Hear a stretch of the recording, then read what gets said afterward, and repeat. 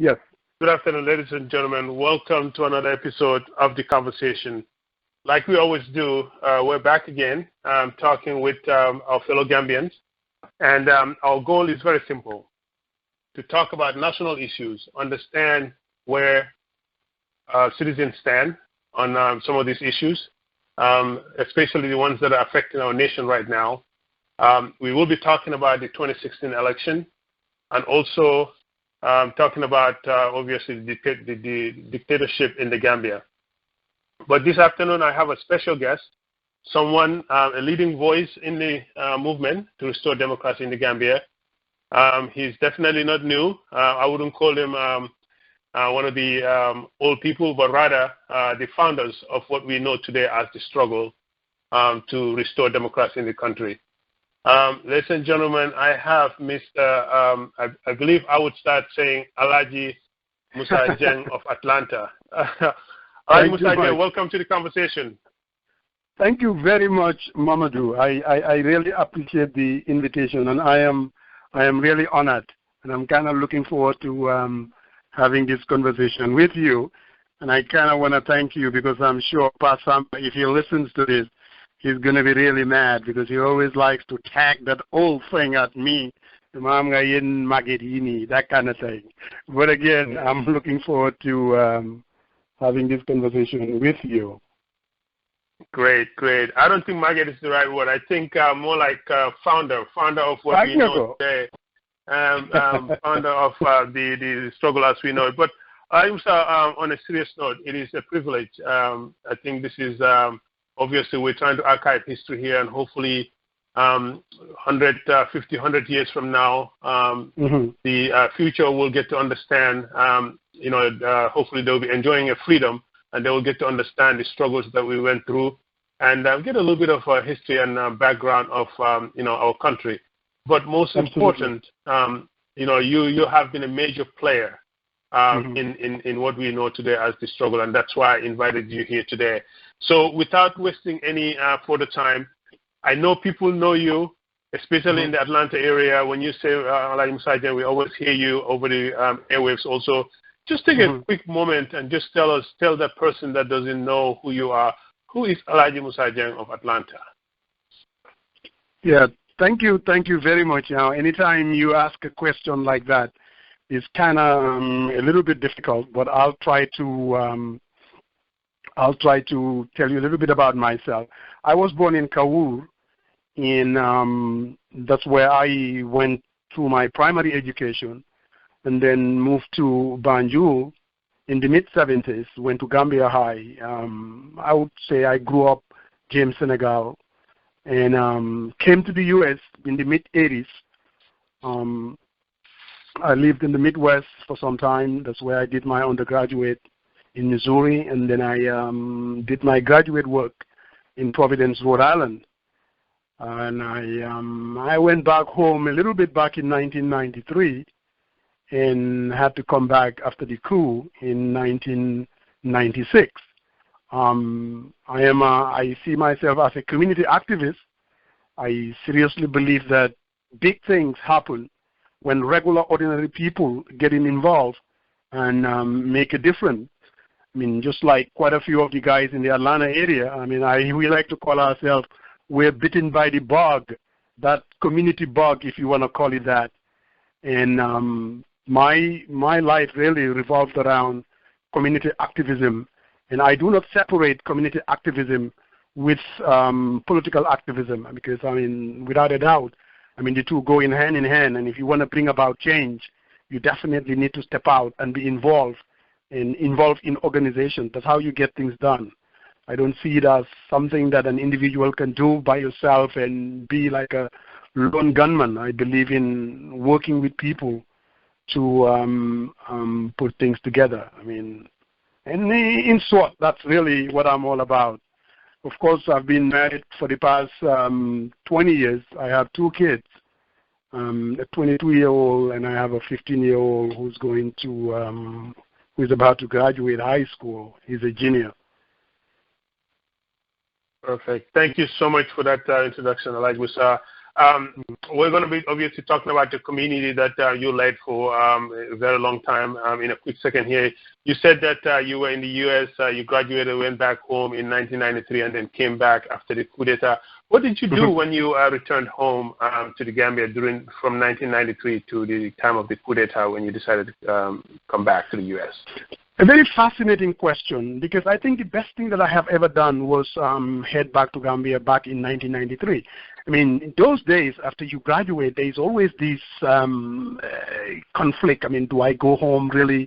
And every now and then, anytime I go home for vacation, I'll see my colleagues, working at the NIB. I mean, I'll walk into their offices.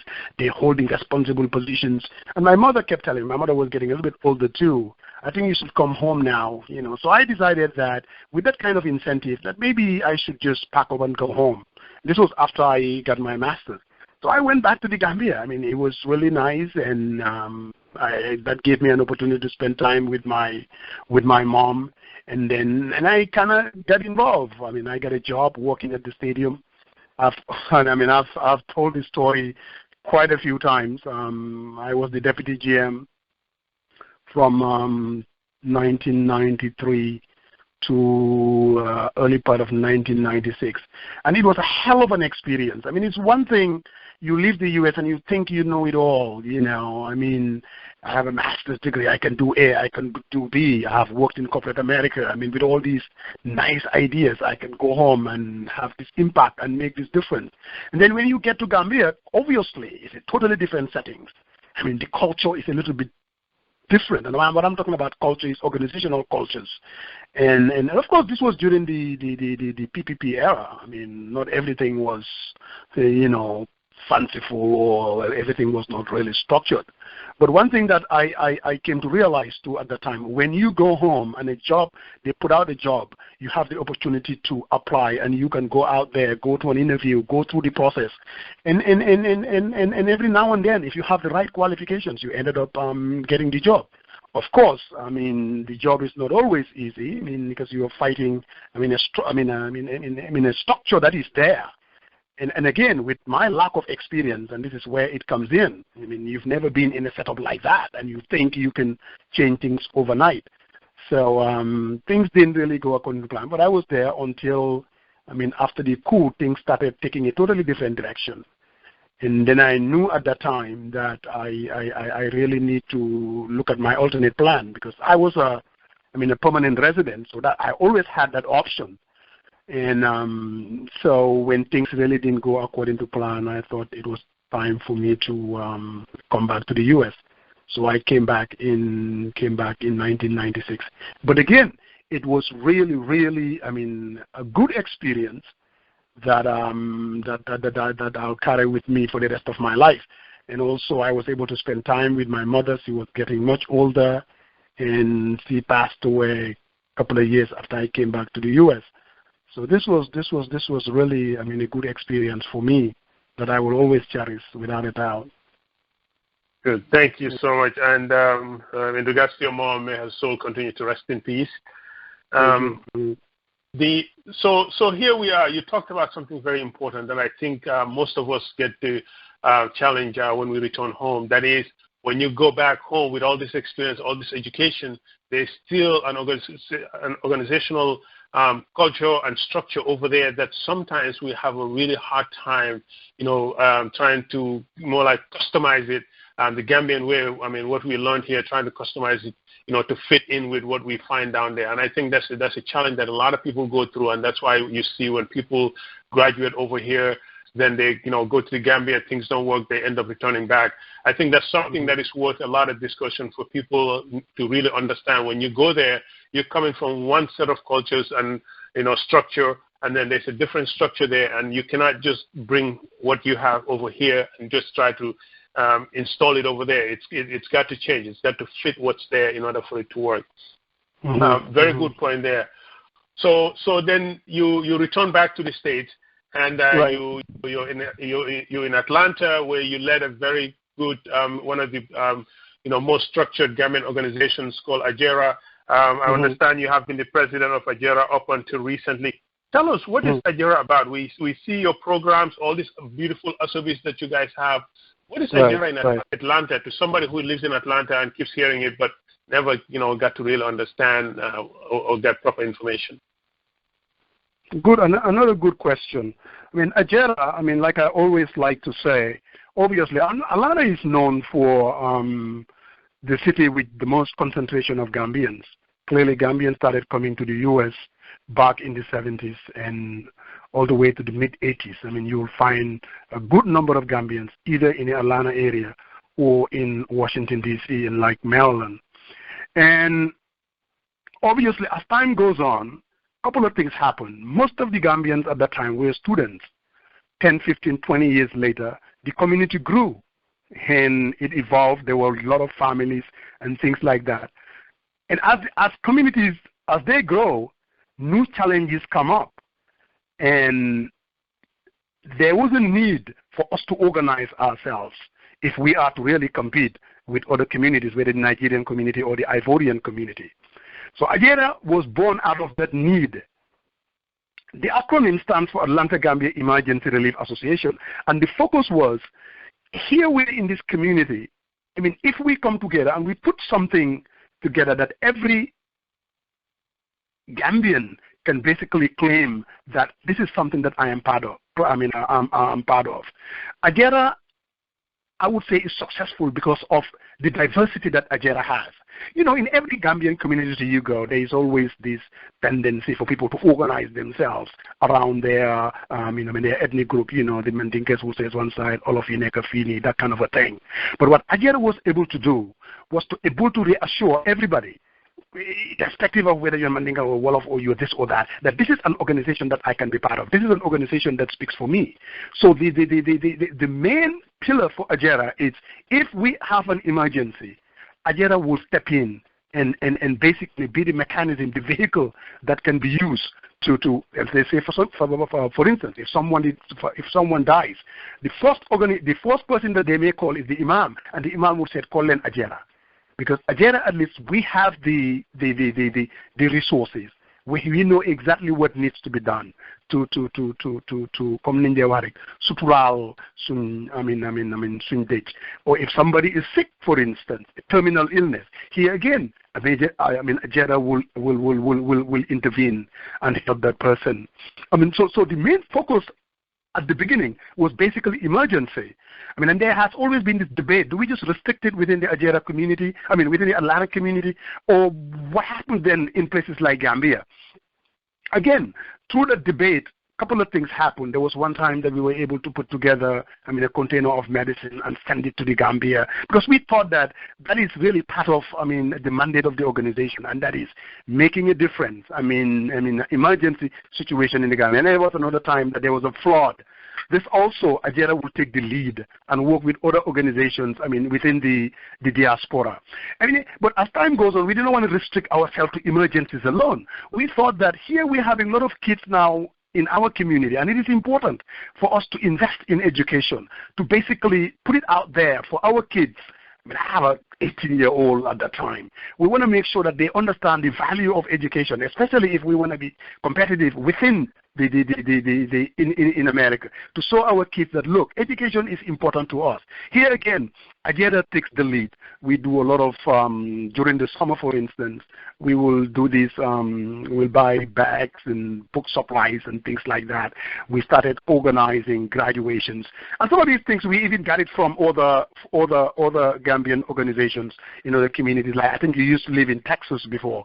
They used to do a lot of high school graduations.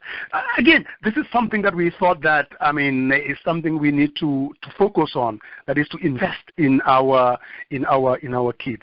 So basically, AGERA is a community organization that is formed to be responsive to the challenges within the community, whether it's emergencies, whether it's education related, whether it's making a difference back home as well. But another element of it that is AGERA is much well known for is the July 4th. And this is important in terms of, social, we call it social enlightenment, and putting our culture out there, and our kids are embracing it. Every summer, Gambians all over the world will come to Atlanta And during this process, we go through a lot of, soccer games, and, now it has evolved, to include a lot of other things.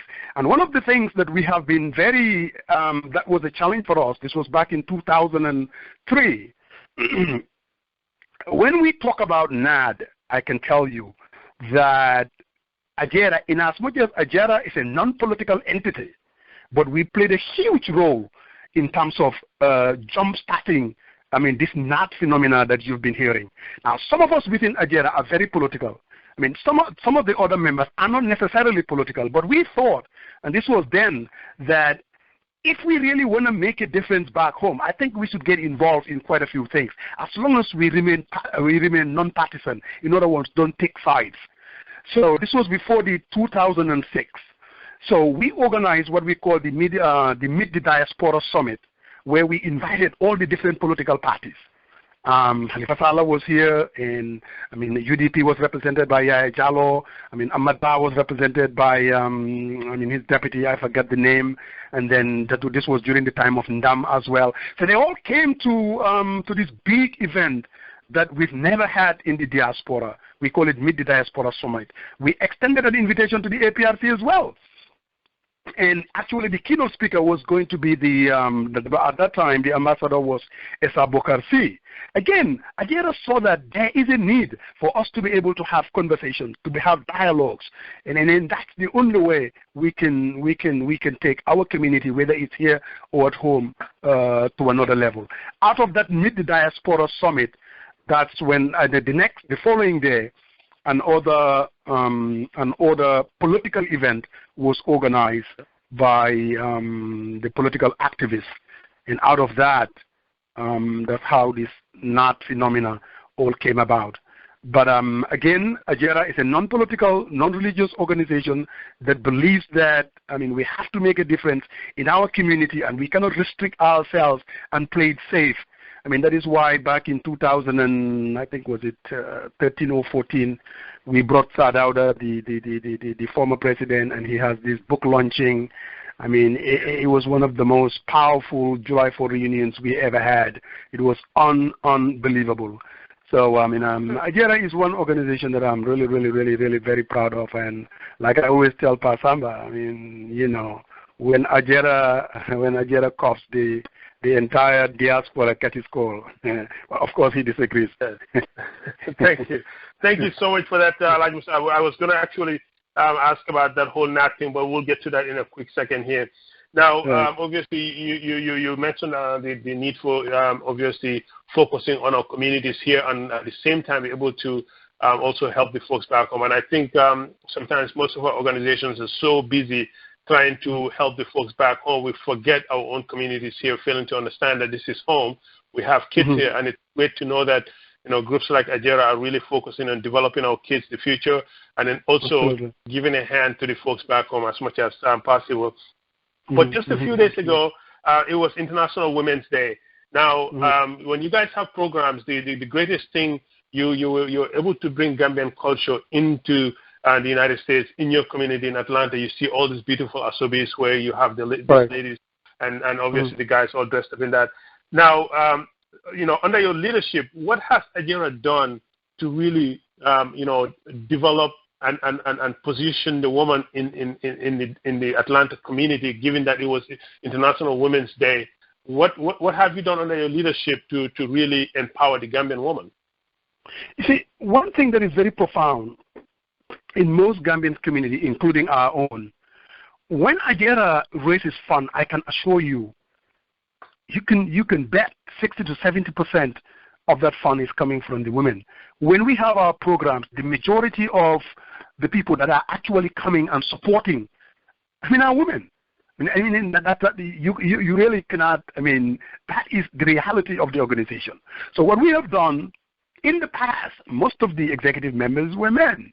Women, obviously, sometimes they have a tendency not to get involved in these organized entities because they think, I guess, it's a male thing. But what we were able to do was that two things that we recognize. If AGERA is going to be able to really have an impact, huge impact, it has to be diverse. In other words, everyone has to see himself that you're part of it. The other thing is the gender element. We have to bring in the women, the ones that are, and make sure that they hold high positions in the organization. And in fact, in our constitution, I mean, if the male is the chairman, the vice has to be a female, and vice versa. And I mean, over the years, we made sure that I could say almost 40% or 45% of the executives are women. You see, I mean, they make the decisions.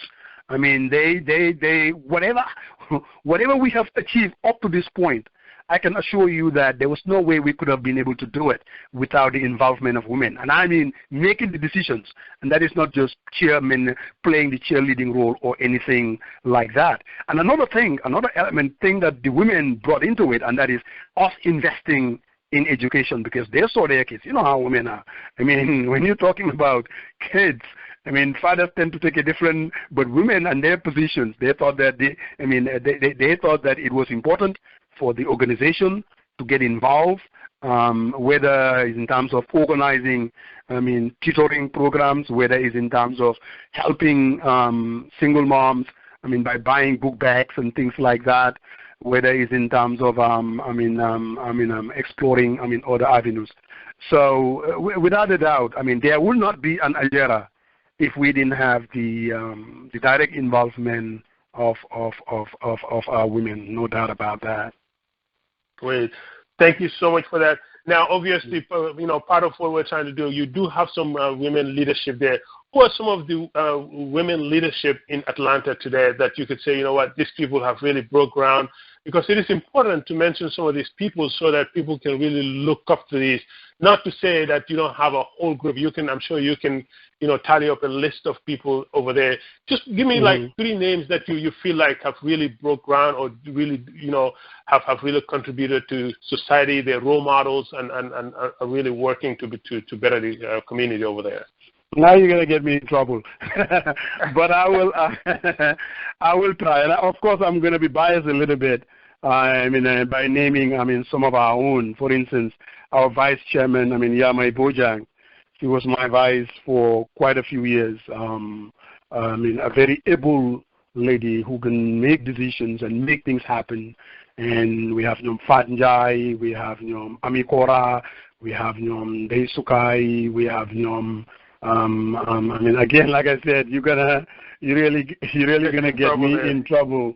But without a doubt, we have some women that are very much focused on making a difference. And these are not women that are gonna come to meetings and just sit quietly. It doesn't happen like that at all. But the ones that I'm really kind of beginning to be, what I would say, encourage are these young ones. Our own children, these are people that, some of them are college graduates. Lots of potential. They're Americans on one hand, and they understand their role in terms of, making a difference, not only in our community back home. I am beginning to see things that I'm like, wow, these young women, and most of them are young ladies, they are unbelievable. Good. So, thank you. Thank you so much for that. Obviously, it's very important that we highlight, our women when we do these programs, because each morning we wake up, we hear the Fatu Kamaras, the Mama Lingers, and on the radios, the Tukulors, obviously taking their mark on this movement to obviously restore democracy in our country. Now, Alh Musa, you talked about NAD. You are one of the architects of NAD. Yes. In a quickness, to somebody who keeps hearing NAD, well, we've tried this before, NAD tried this before. In just a quickness, tell the person that doesn't know about NAD, what was behind NAD? How was it formulated? Just so that they have an understanding that it was not just something that people just put together and it fell so quickly. Can you just give us a quick, short description of what is NAD? When you say NAD, what was it? When was it founded? NAD was basically an alliance of opposition parties from the Gambia. This was an alliance. This was after 2001. And if there is one reality that everybody understood, and all the political parties, and every activist in the diaspora, that there is a need for these people to come together, and by coming together, we will be able to effect change in the Gambia. They all believe in it. So that is why it was not very difficult. What we have done in the diaspora was bringing them under one roof. For the first time, they were able to have a conversation, and out of that conversation, NAD was born. Okay. Now, so you right? Okay, go ahead. Go ahead. No, you go ahead. You go ahead. Now, by coming together, they realize that obviously Jammeh can be defeated. But like all coalitions and alliances, politicians are politicians. They all come from different political parties.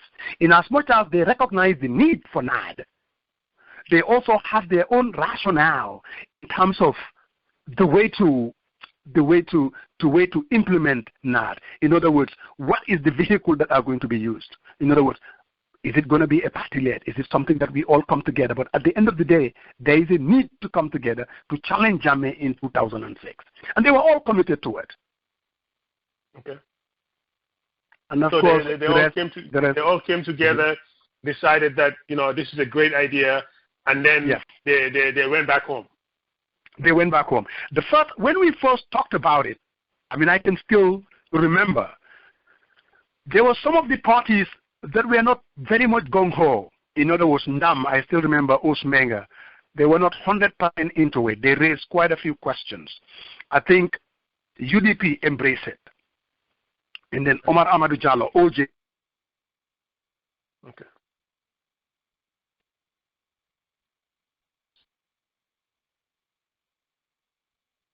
About an alliance. What are we talking about? That kind of a thing. Okay. NRP, I think they embrace it. Now, all of them in their own little ways, I guess they did embrace NAD. But if there is one person, when they went back home, it was Omar Amadou Jallo, really, that I believe, took the leadership to kind of bring the parties together. And of course, working with the organization that was put together called the Save the Gambia Democracy Project that I was a part of, and quite a few other individuals were a part of as well. Mainly, what I would call the party militants that were also on this other side of the Atlantic. Perfect. So now we have NAD was formed. Obviously, they went into elections, but something happened because some people broke away. Right. All through the process, there was this big elephant in the room that nobody was not willing to touch. They agreed on everything. There was a memorandum of understanding. So in terms of, the most difficult part, they agreed to all of that this is how we are going to do it. They all signed on the dotted line. But there was this big elephant in the room that they did not want to touch because everybody knew that this could pretty much, throw everything down the toilet, and that's exactly what happened. We kept telling them, I think you guys should find a way to find the leader who is going to be the flag bearer. They will all give you different answers. Well, we don't have to do it now. We brought them here twice. The first one was to the Mid-Diaspora Summit, and there was a second one that the parties were brought to the diaspora as well in the U.S., and they went around to Seattle and some of these other places. Funds were raised. The spirits were high. But unfortunately, and I'm sure you must have heard a whole lot of, we all wrote about it. I personally, sometimes I don't find it trying to lay blame each and every one of them. Yeah, each and every one of them contributed to some extent what brought down NAD. Sometimes when you revisit it, all it's going to do, in my opinion, because I still do believe the way we saw it at the time that it's going to take an alliance to defeat Jammeh, I still think today that's what we need in 2016 to defeat Jammeh. So that is why when we get into these trying to say, well, this is the party that, destroy NAD, or, there was this young lady, I think was it today or a couple of days ago, that basically came and also touched on some very sensitive issues. And the story of NAD, I'm sure if you talk to any political party, they will give you their version of things. But at the end of the day, the reality is some of the parties, UDP, thought that the fairest and most honest way of doing this is to do it through them because they're a bigger party. They're saying that we bring almost 30% of the voters. So it is only fair for you guys to come and rally behind us so that we defeat Jammeh. That's when you will hear code words like regime change is the most important thing. I mean, and then of course you have the Toy argument that, look, it's not just a question of regime change. We're talking about system change. We want to bring democracy. We want to make sure that there are safeguards. We want to make sure that we stop self-perpetuating rule. Those are the kind of arguments that you're hearing. But at the end of the day, it's come down to one thing, is trust. And within themselves. Within themselves. Now, what I do... No, Alh Musa, you talked about you guys did all of that stuff. Obviously, it didn't work out the way that you guys thought it was going to work out. We know that obviously that sent a very strong message to Jammeh, which I think that was probably the toughest fight he went through. Given that you were part of this process, right, and one of the architects, what would you say you would have done different looking back today? What are the few things, just in short, you would have done different to see a success of NAD, just like you had hoped?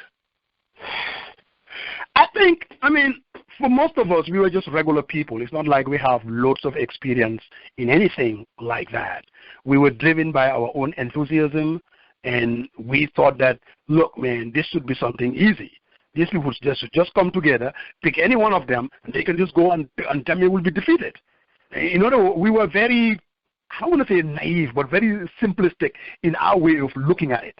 I think if we were a little bit more patient, a little bit more realizing that this is much, much more complicated than we want it to be. Be very honest with you. Because look, let's say in 2016, if we were able to get as far as we got in 2005, I think we will have an alliance. Remember, they came together. They signed a memorandum of understanding. They formed an entity that they all embraced, and that was NAD. Can you imagine? They walked away from their political parties and be part of NAD. So what I'm saying is, obviously, our lack of experience in maneuvering and in making the difficult decisions and doing it in a certain way, maybe we would have been able to pull it off. You'll hear from some of them, they'll tell you, Nasa is the diaspora. But I really don't think so, because there were other players in the diaspora, that were kind of going on the Gambia L and saying things. They are not necessarily the organizers, like blaming parties, blaming party B, say no more definitely.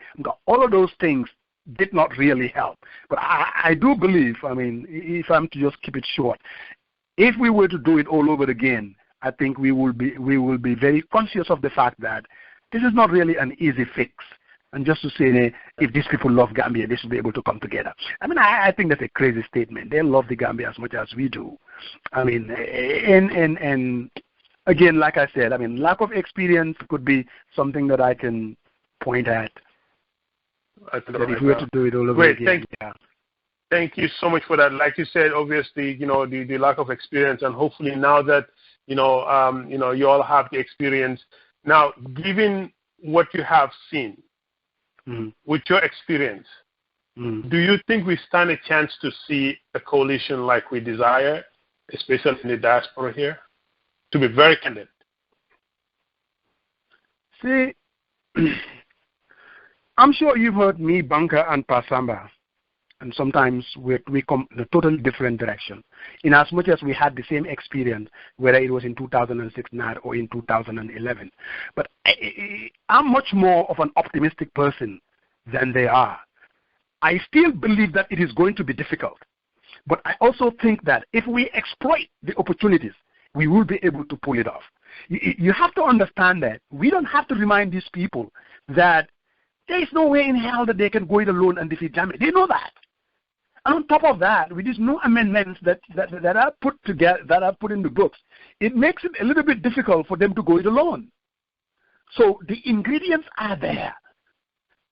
Forget about whether they trust each other or not. Forget about whether they like each other or not. I have to believe that in the diaspora, if we are able to find the right people, and when I say the right people, the people that really want to make the deal, and the people that also have influence on the political parties back home, we hunker down and do the steps that needs to be done. I have no doubt in my mind that we can pull it off.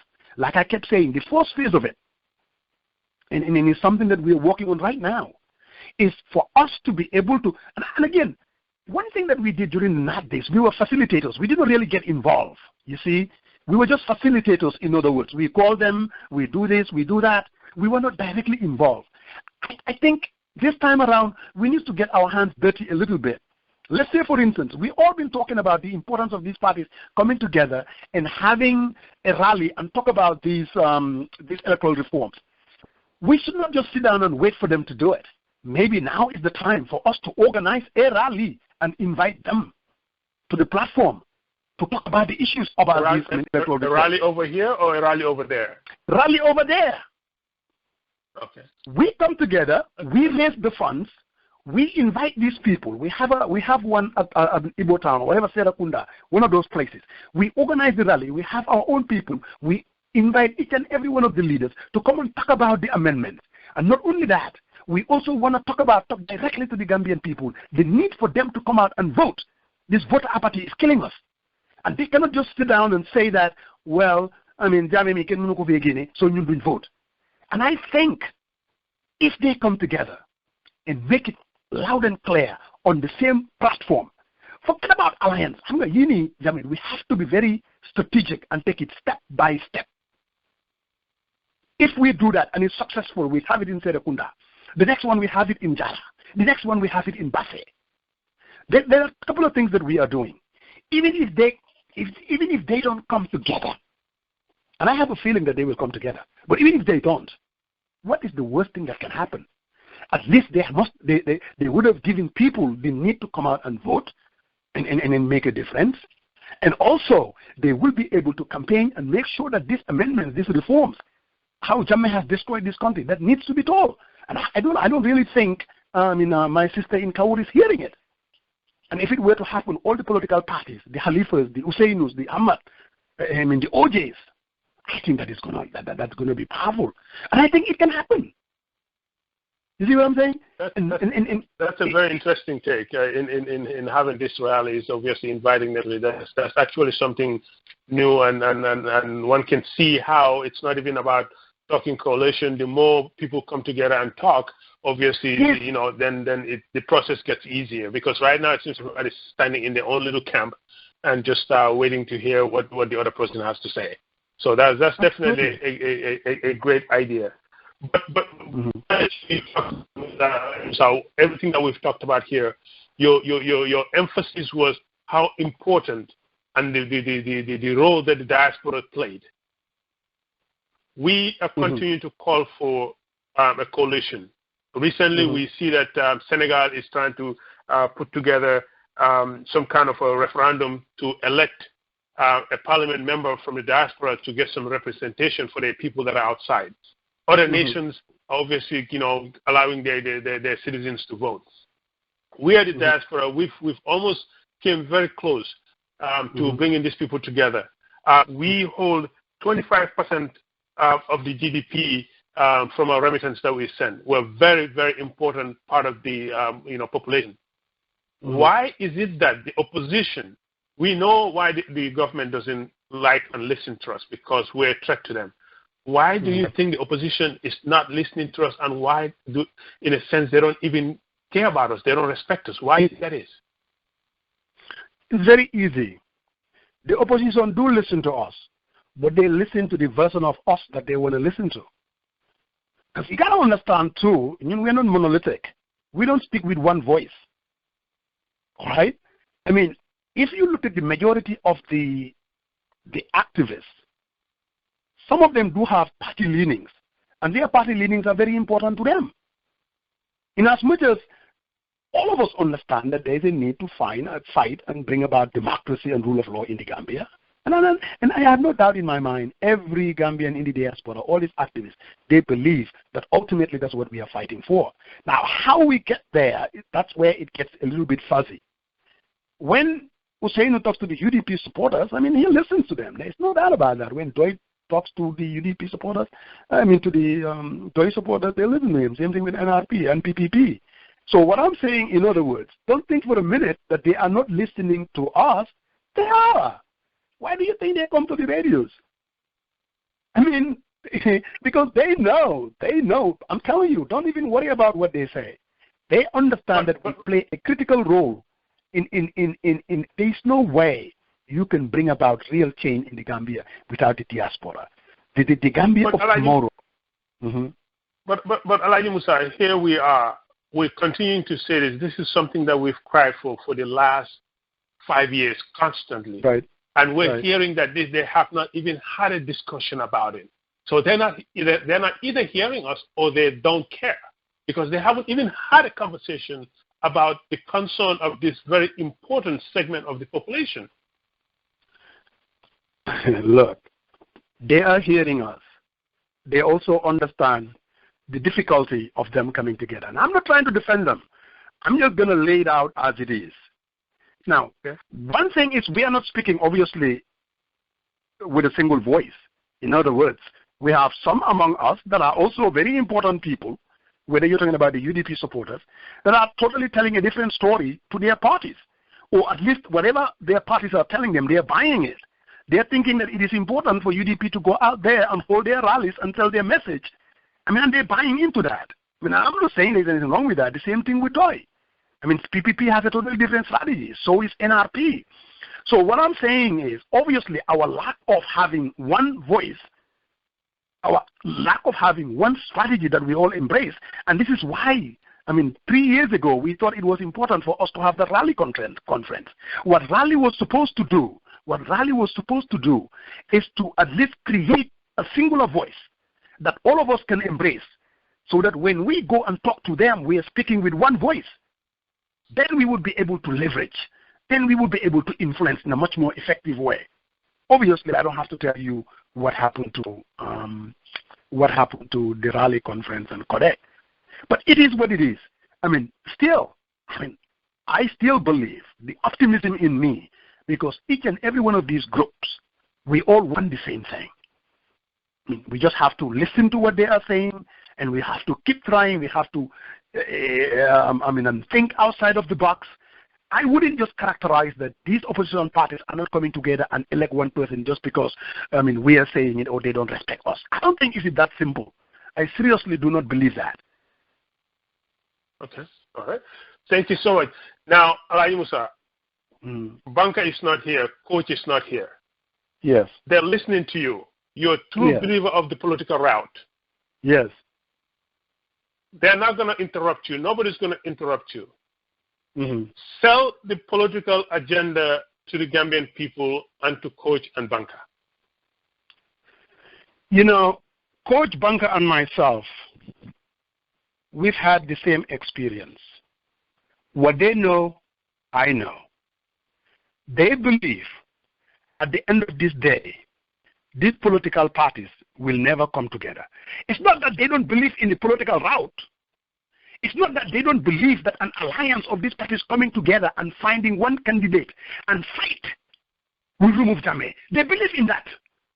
What they do not believe is that at the end of the day, we are only going to get disappointed by the parties like they did in 2006 and 2011. And they do not want to set up themselves.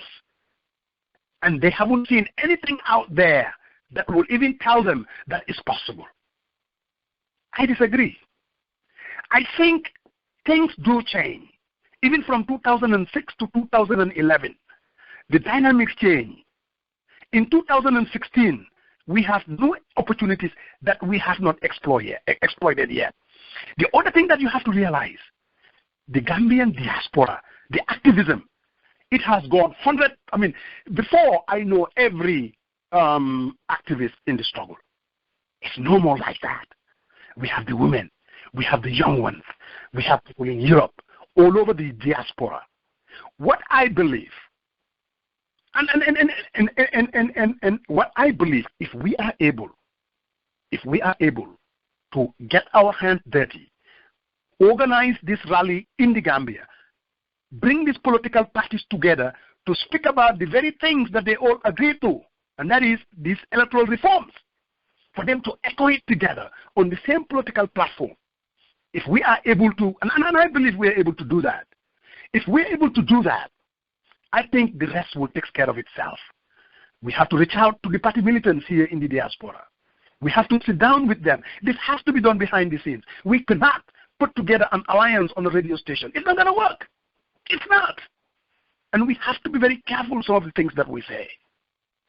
Coming and look, if I go out there, and I used to do it myself back in 2006, I'll write something really and attack one of these party leaders because I am convinced that they are wrong. And I am convinced that they are the ones responsible for what is happening, our lack of alliance or lack thereof. But what I didn't know, I was wasting my time. That is not the way you do it when you want to bring people together. You have to walk into their shoes. You have to try to understand what they are saying, whether they are right or wrong. You have to be sympathetic to their position. And that is the only way you will be able to be seen as independent, somebody who really wants to bring parties together. And I have a feeling that if we do that, they will come together. They don't have any other choice. Let's look at the options, my friend. Let's look at the options. Because I know the bankers and the Pasambas, they've been at this for a while. They know that these political parties are not going to go out there and pay $500,000 each and every one of them and compete against Jammeh. They'll be throwing money down the top. It's not going to work. And I don't think they're going to do that. I really doubt that. What we do not want is for them to compromise and form what I would call the mini coalitions. You know, two parties go this way, the other two go a different way. So in a sense, you're telling us that banker and coach believe the political route. They just don't trust that these people have what it takes to strike a deal. Now, that brings me to my next question. You know these players. You've dealt with them in the past. Yes. They respect you. Yes. You've done your job. And I think you do have a very good relations with all of them. What do you think it's going to take? And be very specific with us. Because, Musa, when you speak, people listen. When Banker speaks, people listen. What do you think it's going to take to you?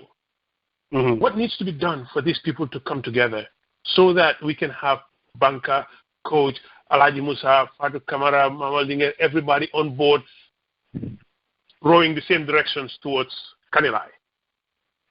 Yeah, man, what I want us to get away from, and it's for some of us, and this is going to be directed at Pasamba, to come and make pronouncement, in as much as I understand what he's trying to do, that if they don't do A, we're not going to fund them. I don't think those conditionalities help. To be specific, this is what I think we should do. I think we should go ahead, find few people behind the scenes and put together and work with entities like GDF and raise the funds that needs to be raised and invite these people and have this force rally. The theme of the rally is specifically going to be fight against voter apathy and these electoral reforms. That will be the first step.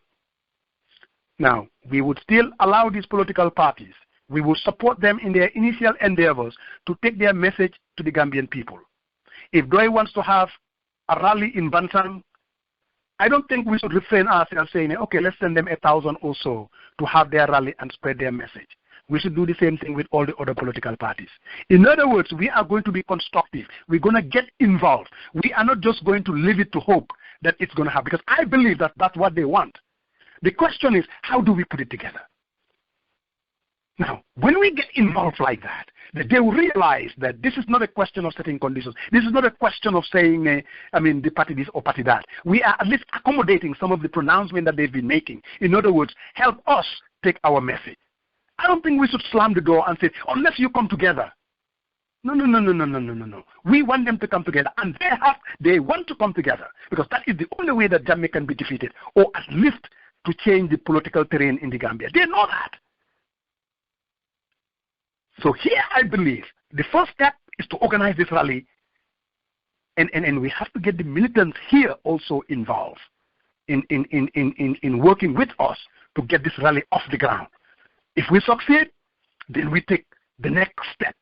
And the next step would be working with these parties and even financing their individual. You cannot understand. When OJ went to FAST, was it FAST Negatory? Yes. We all know that is going to help us in 2016. Let's be honest. Seriously, in as much as it was a party thing, I don't think it hurt it. When you see Doi a couple of days ago, I don't think what they were doing is going to hurt our chances in 2016. You see, UDP, their rallies in Bundung, Stalinding, Joshua. I do not, honest to God, think that is going to hurt what we are trying to do. Now, I understand that time against us, and we want these people to come together. And sometimes in the process, we're thinking that, oh, these people are not going to come together. Hey, this is all gloom. They are all trying to, Halifa just announced Obama as a presidential candidate. You got to understand that all they're doing is they're positioning themselves. That doesn't mean that Halifa is slamming the door to a coalition. It doesn't.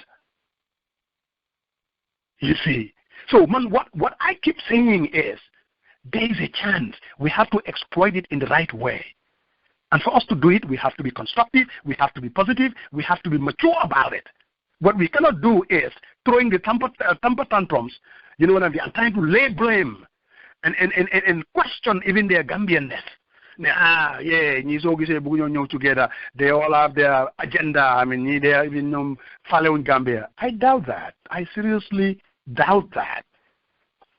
All right? Now, their situation is a bit different from ours. So what I want us to do every now and then is to walk in their shoes as well. Again, I am not trying to excuse their situation. I'm not. Or the way they're going about it. I'm not trying to excuse that at all. But what I'm saying is the fact that we will not be able to effect change in the Gambia without these partners. I don't care what anybody says. We will not be able to do that in a very smooth way. It is important for us to think outside of the box and try to see how we can exploit the opportunities that are out there to bring them together. And I think it can be done. It can be done. And I believe it can be done. But these people are in Banjul right now. And right. or let's say in the Serekunda area, that's where they all live in the greater Banjul area. They have not had any discussions. It's not that big of a town or area as Atlanta, but you still find time to meet with Banka and the other people. Why? And you talked about the need to find an independent body to really start the talks. What is wrong with the people like you and Dr. Sen that can obviously go into the Gambia? Because this morning I heard a list being thrown out there of the people that cannot go because of the activism. I think you've kept your nose pretty clean and established yourself as someone who is very objective and can obviously challenge people without getting nasty. Why can't people like you and the Dr. Sens jump into a plane and do the pre-work here and say, we want to start the conversation with you guys on the ground. We're coming, we want this to be done. That's an idea too that is floating around to see if we can have a group of people that can really start the process with them. Because that's what we're trying to do here at the conversation, to have Gambians to start speaking, show their position so that we can at least get to understand each other a little bit. Why can't we also go that route rather than the meetings over there, send people from here to go there and talk to them? Yeah, but let me say this. If I were to jump on a plane now and go to Gambia and talk to Halifa and talk to Husseinu and talk to Ahmad, that doesn't mean I will be able to start the conversation or get these people going. It doesn't work like that. Fatoumata Tambajan, Merbi, clearly more upper credibility. She's much more well known in the Gambia than I can ever be. Look, the reality is not about the person who's going to go there and organize a meeting. What this is going to take is going to take us here in the diaspora organizing ourselves. Manhamnane, we're diverse, we have different organizations, which is fine, that is to be expected. Gambians, we're not all the same, we're not all monolithic, we don't have to all belong to one structured organization. But I do believe that that happens because ordinary people, experience, They work on it and they make it happen. We didn't even have an organization. It was afterwards that an organization was put together. This is what I believe. I believe that people like yourself, I listen to you, my brother, I do. I listen to you very carefully. Manmayo, we are not too far away from each other. I think you see the things that I see. No doubt about that. When you make your videos, I listen to it very carefully. There is a reason why you still think that there is hope that these people can come together. There is a reason that you believe that there is a need to come and be talking to different individuals, activists, and having a conversation. Because you believe that it can be done. The question is, we need to organize ourselves and be very mature about it and try some steps. I think we have to, instead of activists fighting among each other, I think we need to find activists within the different political parties. I still believe that they are going to play a greater role in helping us do this. Musa Jeng alone going to Gambia or Dr. Sen, it's not going to cut it. It's not going to cut it. What's going to cut it is us organizing ourselves and you realize, at least that singular voice is very powerful. And that singular voice, they are very constructive in terms of they want us to be partners. That we need to do. But like somebody going there, no, that's not going to, I seriously don't think that's going to do it. No, that's not going to cut it. Okay. Yeah. Now, Alh Musa, you and Coach and Banker can go at it. And you sometimes go at it where you almost, it's like, man, are these people fighting? Sometimes that's how it appears. But something tells me push come to shove. Right. And as much as you guys don't see eye to eye, if you were to be the people that needs to strike a deal to get a coalition going, it will be a much easier process because there is what you call trust. Mm-hmm. How do you build the relationship that you guys have? And the reason I want to say this because I want people to understand that good friends like you guys who have different political ideologies and can go at it, but still be able to work together is a very important recipe to the Third Republic and getting out of this dictatorship. How do you nurture that process? I mean, how do you do that for us, the young people, to understand that, or for the younger people that are listening, and even maybe the leaders, to understand that this is how you do it, and this is how you debate, but professionally, but also be able to strike a deal when you need to. Do you get where I'm trying to go? I know exactly what you're saying. I remember one time I had this big debate with Banka on Fadu Radio. Kidem calls my jabar. Hey man, ki Musa Jeng ak Banka dama fogon ni ñom xarit lañ. Why so len déggé té ci radio bi? What they don't understand. Three of us, we were in Save the Gambia Democracy Project. We work on these things. We had, I can say, thousands and thousands of man hours conference calls. Every day when I commit in Atlanta, and you're talking about almost an hour, 30 minutes drive, I am on this phone with these two people. All we talk about is Gambian politics. Suma secretaries, they know exactly where I'm coming from. Our difference is more, we all want the same thing. This electoral route as a strategy, they believe in it. They have invested a lot of time in it. Our difference is more of approach, or twin personalities, more how we're different, in other words. But, for instance, Banka is much more of a radical than I am. They will tell you, man, I will make a deal with the devil and walk away. That's what they believe in. They never take it personally. I will never in my life take it personally. And if any of these two were to, run for office, I'll vote for them. Because at the end of the day, I don't think that we even have philosophical differences per se. What we have sometimes is a difference of tactic. When Banka says, let's take this for instance. Banka believes that, civil disobedience, we have to put the kids out of Talpului. That is the only way that these guys can be removed. I believe that too. But I don't think it's going to happen just like that. I am of the who thinks that it's much easier to go through the political route, create the election atmosphere, and out of that, two things are going to happen. It's either going to take force or the threat of force to remove Jammeh. So, Mananyom, three of us, we believe in the same thing. Even with you, we all believe in the same thing. So, they cannot, obviously, I mean, they know, I mean, this is not personal. I mean, we will bring in Basamba believes in what he believes in, and he will argue with it with passion. You know, but there's just no way. And I think maybe it's just because it took almost, 10, 15 years that we've been doing this for a while. When you get to know people too, you know, and we are brought together, believe me, it's just politics. Nothing more, nothing less. And activism, community activism. You know, I mean, nothing more, nothing less. Thank you so much. And that is exactly what, you know, when I looked at the whole situation, I'm like, you know what? We don't talk enough. We don't really, you know, I don't know where, you know, Alh Musa stands on issues. I don't know where Coach stands. I hear them on the radio, bits and pieces. We come in and different people. And sometimes for me to be able to sit across the table and have a discussion with Sohna Sala, now I understand her very well. I know where she's at.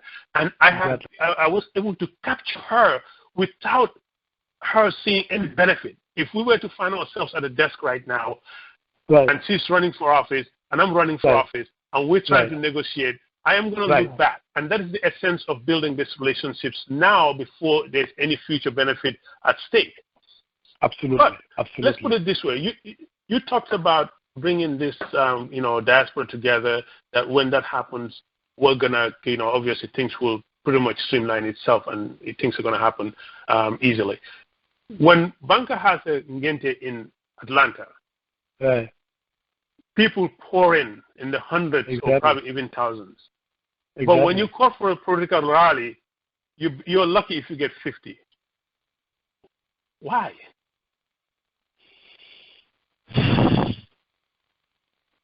Yeah, that's a difficult one.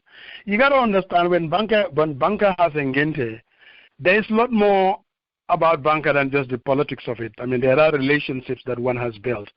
I mean, and of course, going to Ngente is much safer than going to a political rally. I mean, Gambians are kind of also very calculating. If you were to organize, I mean, a political rally here, I know the people that I'm targeting.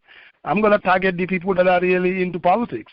You know, the majority of the other people, I mean, most likely are not gonna come. But I can give you one example, though. If you organize a political rally and all the political parties back home, opposition parties back home, they're going to be in Atlanta, I can assure you that hall will be packed. I've seen it again and again and again. You see, political rallies are no different from having a musician. When you get Yusundur, that ballroom is packed. When you get an unknown Senegalese musician that's not very popular, I live by there, you're not going to get the same amount of people. Politics, I mean, is like that. If you really want people to come, you have to package it right. You have to have the right kind of rally, the right kind of people. When we brought Jawara here, he was packed. A ballroom, more than 700-800 people. When we brought the opposition parties back here, meet the Diaspora Summit, though I'm for talks, my brother, 800, 900 people, because Gambians believe that this is going to be interesting. I'm going to hear something. But speaking of Alh Musa Jeng and Pasamba, they're the ones that are going to be arguing. I mean, maybe Momodou Krubally would come, but a whole number of people, I mean, they're not going to bother. So like everything else in life, if you want to sell it, you got to package it right. And politics is no different, really. Okay. All right. So in your answer to me, you're telling me that Gambians play it safe. It's been 21 years. People have been raped, killed, arrested. To this day, people, even the ones that can go back home, when they go, they have to lay low. You can't speak up. You cannot even talk or even say Yaya Jammeh's name. Tell the Gambian people that playing it safe is not going to cut it. It's not. It's never going to cut it. Now, unfortunately, the natural instinct for all of us is personal safety. I mean, that's the natural instinct that we'll exhibit, that we will put out there. We want to make sure I don't want to rock the boat. I don't want to put myself in a situation that I find myself at Bambadinka. I don't want to put myself in a situation, because what I'm saying now, calling the radio stations, it's not because I'm brave. I don't think I'll be doing the same thing if I were in the Gambia. I don't believe it. I mean, I'm just trying to be as honest as possible. So we are never going to be able to get everybody to throw their hands and say, to hell with it. I'm going to get involved and I'm going to change this. It hasn't happened anywhere. It's not going to happen to us either. When Martin Luther King was in the South, some of these pastors were telling him, don't be bringing this trouble now. Don't be bringing this trouble now. You know what I'm saying? There were people that they did not want to be part of this, part of the civil rights struggle. The same thing in our situation. Not everybody is going to be on board. But I know in 2001, in the diaspora, I mean, we were very lonely in the wilderness. Now, I have seen hundreds and hundreds of people hearing this young lady today on Fatu Radio. I'm like, oh my God, this is unbelievable. I think there are voices out there. What we need is to give it time, organize. It's going to take some people to initiate it. And when people see that this vehicle, I can trust it, this vehicle can bring about the change, nobody didn't and they wouldn't want to be left behind. But unless and until we create that, look, blaming, we can sit here, and I hear it again and again, blaming the Gambian people. Here, for 21 years, we have not been able to do this. And secondly, it's not even 21 years. Sometimes I think that is the easiest way to say it. You could say, for the first 5 years, a whole lot of Gambians were still giving Jammeh the benefit of the doubt, including myself and a whole lot of other people. So this oppression, what we have now is not 21 years, but it's long enough. I heard that. I hear you. And something needed to be done. And we haven't given up. It's not like we all just sat down for the past 21 years not doing anything about it. In 2001, we were putting our money in it. We were speaking out. We created a radio station called Voices of the Diaspora. You know what I mean? So this struggle, people were always trying to find a way. Now, you will never be able to get an army of Gambians because some people think it's a waste of their time. Gambians are not to be trusted. I mean, people just see things differently. But revolutions don't happen. Change don't happen because everybody is on board. Change happens because of few people will initiate it. They'll see it through. Eventually, they'll make the difference. And I think we're doing it already. I swear to God, my brother. I mean, Modu Krubally. You know, thank you so much, Alh Musa. Thank you so much. Ladies and gentlemen, once again, you're listening to the conversation with Alh Musa Jeng of Atlanta. We're here again, and obviously it's been a great conversation so far. Alh Musa, I did ask Banka Mane the same thing, and I'm going to ask you the same thing. Right. You just mentioned that you have to package everything the right way. Right. I want you to package. You have the ears of the entire Gambian population. You're on Radio Gambia. Mm-hmm. And for once, you want to tell them that what we have there right now as a government needs to go. Tell them the idea that change is the only option we have in order to survive as a nation so that we can stop this tyranny that we have. Sell it to that person that's sitting there and say, Bokumashi, I don't want to go to Bambadinka. And it's a numbers game. I told this to Banka, it's a numbers game. Try to make him switch sides. Convince us that we belong in the fight that you have been fighting for the last 17 years, let's say. This is what I'm going to tell the person. When Jammeh came in 1994, there was a reason why all of us supported Jammeh. Here we saw somebody who came out of nothing, just like you. You're from Kaur, you're from Barajali. You don't have anything, you are from the provinces. Here you see your own son saying that what happened for the past 30 years has to change. We have to make it something better. Whether it's access to healthcare, whether it's access to education, whether it's even democracy, how we are governed. He said it is not even right for somebody to be at the presidency for 10 years. We believed him. Our own son, all of us, trusted him because of the things that he said, that he was going to make things better. My question to you, sitting in Kaur, do you feel better? You are afraid when your son called from the U.S. and asked you about how are things in the Gambia. You don't want to talk anything about the government. Why are you afraid? that needs to be changed. For years, now you have a government telling you when to pray and how to pray, reinforcing that you are afraid. The eve of 1994, when we were all excited for this man, one of our own, someone who came out of nothing, that he was going to have an impact. A bag of rice was costing $150. How much are you paying for it now? You are in Kaur. You remember when we used to have 5-6 traders buying peanuts, competing. Kaur was booming town. $5 notes all over the place. You bring your peanuts, harvest them, you sell them, you get the money right away. You take care of your family. When was the last time you saw that? When was the last time you saw that? Whatever we had for the first 30 years, you and I all know. All you have to do, don't ask anybody. Look at your situation now and see whether are you better off. If the answer is yes, then maybe we should maintain this status quo. If you think that we are worse off, if you know that this is not sustainable, what's happening in this country, whether it's in terms of safety, whether it's in terms of creating hope for your young ones, the kids, if the answer is no, then it's going to take each and every one of us to play our part. I am not saying take a gun. I am not saying don't even listen to your alcalde. All I'm saying is you know your individual situation. Make sure you do your part so that we can bring an end to this tyranny. The power is in your hands. There are people, your sons and daughters in the diaspora, they are working day and night, and you know it. If there is anything, it's because of us in the diaspora. If there is food on the table, it's because of us in the diaspora. Do you know why we are able to do that?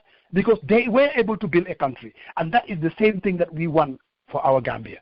But we will never be able to do it unless and until all of us work together, and together we can bring an end to this to this nightmare that we have. Again, Krubally. Sometimes, and this is what I want to add, people think that sometimes when they say that, well, Gambians when they are not aware. No, that's not what it is. They are not getting the message. How are you going to? They are not getting the message. It's not there. It's not a question of awareness. It's a question of getting the message. There is a reason why, if you are in the diaspora, so APRC supporters, or you are like middle of the way, the moment you come and start listening to different opinions, the chances are you'll be like, oh my God, these people are right. I'm going to get involved. I'm going to speak out too. If we create the same thing, that is why it is so important for these political parties to come together so that they can take their message to the Gambian people. If they do that, you will begin to see the change that is going to happen. Krubally. Thank you so much, Alh Musa Jeng. I like to ask this question because I think it brings the emotion out of people. Because people sometimes are more believable when they speak from the heart. Right. You said, I am doing what I'm doing right now because I have hope in these people. And you were very right. And I think the average person out there, even the ones that criticize them on a daily basis that doesn't trust them, still have some hope in the opposition. Yes.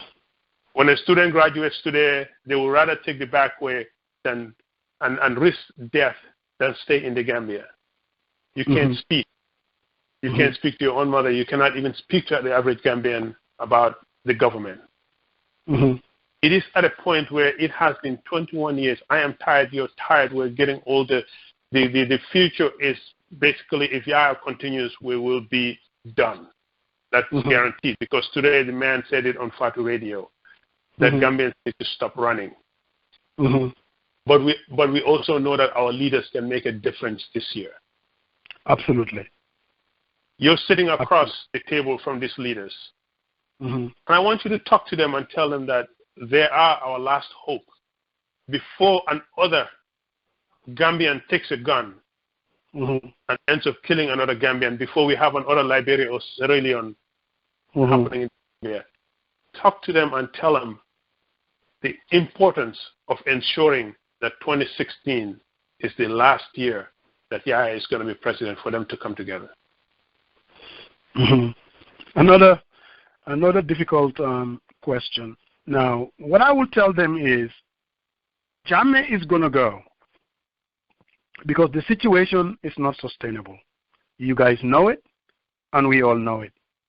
How a country transitions from tyranny and dictatorship has a direct impact what that country is going to look like. If we find ourselves in a civil war, which at the end of the day, sometime, if all these other things are exploited and we are not able to remove Jammeh, something like that could happen. If it happens, it's going to take a long time for us to be able to have our Gambia back. The choice is simple. We want to transition in a very peaceful way and remove Jammeh. Each and every one of you leaders, you know that Gambians out there, they do not like this man. Jammeh is at his weakest in 2016. If we give them the power, they will remove Jammeh. I know each and every one of these political parties, you guys mean well. You form your parties so that you can go out there, make a difference, and be part of the people that are going to remove him. But our reality is, the average voter, and I'm an average voter, psychologically, an alliance is the only vehicle that is seen by Gambians, the only way that the Jammeh can be removed. Whether they are right or not, whether you guys believe it or not, but that is the reality. Whatever differences that you guys have, and it is okay to have those differences, we urging you to sit down and find a common ground and make sure that at the end of the day, we will have an alliance. And out of that alliance, we believe then you can task each and every one of us to do our part, and together we will bring an end to tyranny. If you do not do that, it is going to be very difficult for you guys to have any kind of influence of the Gambia of tomorrow. Because then it's going to be out of your hands. It's going to be in the hands of other people. And remember, there is always going to be January 1st, 2017. In the absence of an alliance, January 2017, I don't care what kind of analysis or explanation you come up with. I don't care how much you want to blame the other side. Gambian will be deaf and dumb. They will never be able to hear you. You have an opportunity, let's hunker down. We've tried it in 2001, we were not able to remove him. We tried it in 2006, we were not able to remove him. We tried it in 2011, we were not able to remove him. The only thing that was absent was the effort, the initiative to form a formidable alliance. And we believe the reason why we failed in all those times is because we were not able to put the alliance together. So I'm urging you guys to use your leadership skills to do whatever it takes to give us the opportunity so that we can bring an end to our nightmare and save Mother Gambia. There are resources lurking in the diaspora, both human and material. If you guys come together, we bring an end to tyranny, we form a transitional government, we build the institutions of democracy, Gambia will have a chance to be seen again within the sub-region, and we will be able to compete, and at least our dignity will be restored. In the absence of that, your guess is good as mine. And obviously, we all know Jammeh will never, never, never be able to bring about the change for the country. And I'll tell them that. I'll look them right in the eye and I'll say that. Definitely. Thank you so much, Alh Musa. It is a pleasure and to have you on the conversation. I couldn't tell you when you said yes. I was like, if people like you are willing to take time with everything that you have going for yourself to really continue this fight and speaking to young people like us, I really, really, really hope that the leaders on the ground see that we're doing our part, we're doing everything, but that they are our last resort. And the last thing we want is to have the current frustration continue, because we know if it does, that more lives are going to get lost. And it is just a matter of time before another young soldier takes a gun and takes over the government, and it will be another 20 years. Thank you for coming to the conversation. If you have anything you want to talk about now, you can. and it's always great. And we will definitely invite you back here, especially after April, when obviously the political parties all make a decision, and hopefully we will bring you back here for you to talk to us in depth about a coalition and start the campaign process to enlighten our people to really take the fight to Yahya Jammeh and get him out of power. Absolutely. Thank you so much. Well, thank you very much. Yeah, thank you very much too. You are without a doubt an inspiration to this struggle as well. I mean, you could have started in your own California neighborhood and chill. I mean, it's not like you're not comfortable now, and I know you are. And you could have just focused and take care of your family in Basse and all over the country, and just, I mean, say, look, man, I have a life to build. I'm here in the U.S. Everything is good, but you refuse to do that. You said, I'm not going to be indifferent. Not only are you out there contributing financially to help the media outlets, you say, no, I'm not going to settle for that. I'm going to make videos. I think I'm not only going to settle for that, I am going to start a conversation and talk to people. In other words, a man in search of trying to find a way. And you know what? That is not always the case. That is not always the case. And I am inspired by efforts like that, initiatives like that, and I am honored, to be very honest with you, really, really, really honored and humble for you reaching out and saying, hey, let's have this conversation. And again, thank you very much. And I'm looking forward to having much more of this. And hopefully in 2016, in December 2016, all of us will be able to. And again, I'm even looking forward to us reaching out to GDF. I mean, I don't think time is on our side. We have to try things. Big things happen through the effort of regular people. Seriously. And I am one person who really believes that. I have seen it. The reason why I believe in those things, I have seen it. In the Atlanta area, when we say we're going to do little things, regular people, us Ndongo Inirek, we bank on it. Before you know it, it becomes bigger than we even think. Same thing with the NAT phenomena. The idea was kicked around. All we want to do this is A, B, and C. Before you know it, it led to something else. I'm very pessimistic, and I'm hopeful that all of us coming together, and we will be able to do our part, that at least the coming generation will be proud of us, that, well, they've done their part too. We will handing it over to them. Modu, thank you very, very, very much. I really appreciate this opportunity. Thank you, Alh Musa, and we'll definitely, ladies and gentlemen, that was Alh Musa Jeng of Atlanta, Georgia, someone we will all continue to hear. You have definitely taken your position in Gambian history, and the future will definitely want to know more about you, and hopefully this will be one of the archives that they will listen to and know that there was once a man that dedicated their life to fight for the restoration of democracy in the Gambia. Thank you, and good night from Los Angeles. Thank you very much, bro. I appreciate it. Thanks for the opportunity. Bye-bye.